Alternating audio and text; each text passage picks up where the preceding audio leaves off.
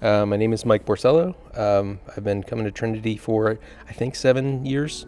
So I was raised in a Christian family. My mother and my grandmother are extremely influential on that side. So I really had a very strong base, um, which I'm so thankful for today.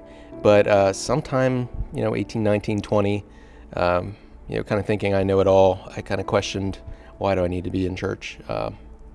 And from roughly that 20s to my late 30s, I was not regularly attending church.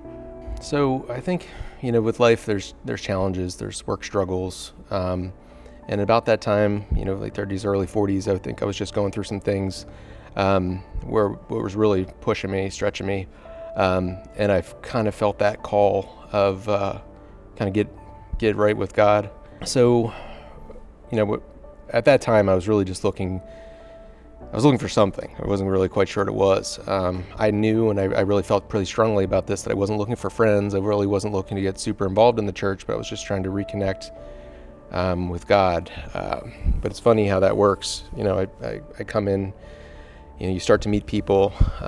Next thing you know, I have literally hundreds of friends. Met a lot of people, started being involved in the church, and that's right about the time I was also starting to really dig into the Bible, really reading the Word, trying to learn, really grow in my faith, and I think that's really when my relationship with God kind of took off, right about that time of digging in. Yeah. Yeah. So we've been connected over the past several years, and it's been so beautiful to see, especially in like the last year or two, your faith really starting to grow and blossom, like you've talked about. But it's been cool. You've been on a little bit of a journey when it comes to like sharing your faith. Can you share a little bit? Was there like something that was a catalyst for that really just kicked you into sharing your faith more? Yeah, there was definitely one moment that kind of hit me pretty hard. So I was working on a project for a homeowner in Bethany Beach, and it was a plunge pool, outdoor living space, and for her, it was dream project. And I worked with a lot of people, but she was really a wonderful person and sweet. So I kind of connected with her, and I think it was a day or two before we finished her project, I got a call from her sister that she passed away. And that smashed me, because she was such a wonderful person. And what I think really hit me hard was I didn't know where she was at in her faith walk or her journey, and I really realized I'd never shared my faith. So I was kind of thinking, will I see her in heaven? So that was a big moment for me. And it made me start thinking about my kids and family members and friends. And that hit me hard. So how did God use that experience to kind of propel you with sharing your faith? So it's still a learning experience for me. I'm not necessarily a very outgoing person. I'm pretty introverted, but God continues to kind of put me in situations where like the opportunity is there.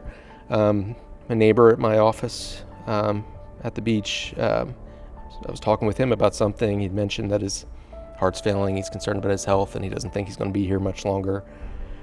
And it just kind of put me in a spot where I just asked him if he knows Jesus.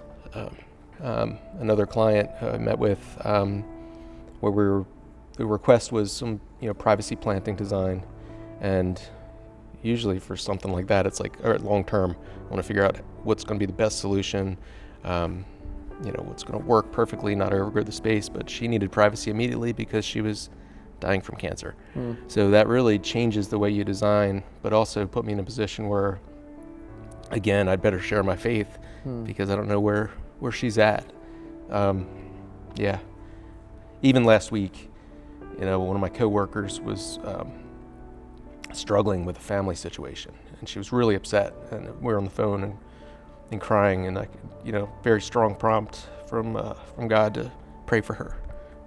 So it makes you stretch a little bit. Something I love about you, Mike, is you just have a huge heart for people. Like, as we've talked, people here at church, or even people, like you said, on your job, clients, coworkers, You just love and care for people big time.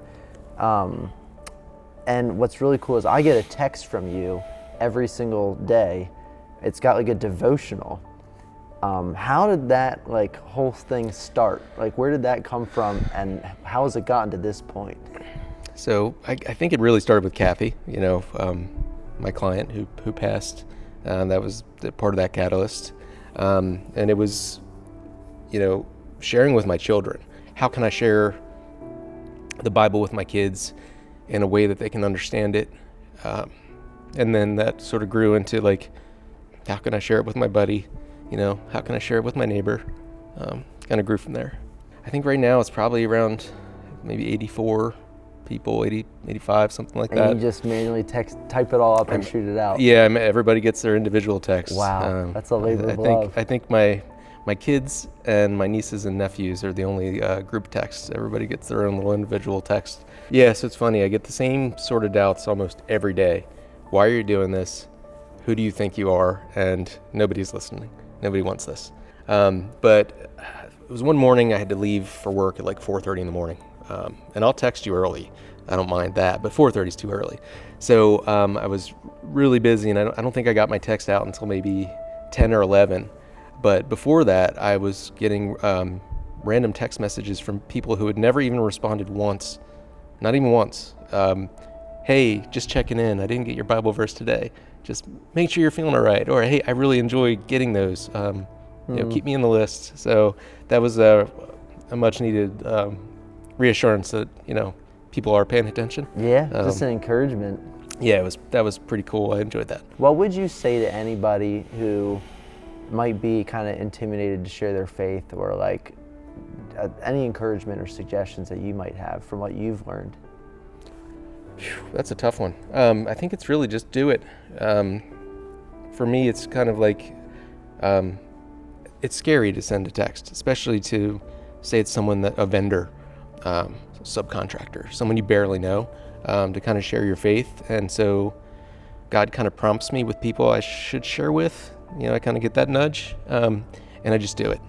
So it's scary. It's almost like you're going to jump off a bridge, a fun bridge, not like a bad bridge. But like you're jumping off a bridge into the river. It's like that feeling of like, should I do it? Should I do it? And then, once I share and get over that, just do it. Awesome. Well, love it, man. It was great chatting together. Thank you. Just God bless you and your business and everything, man. Thank you, Chip. Yep, love you too, man.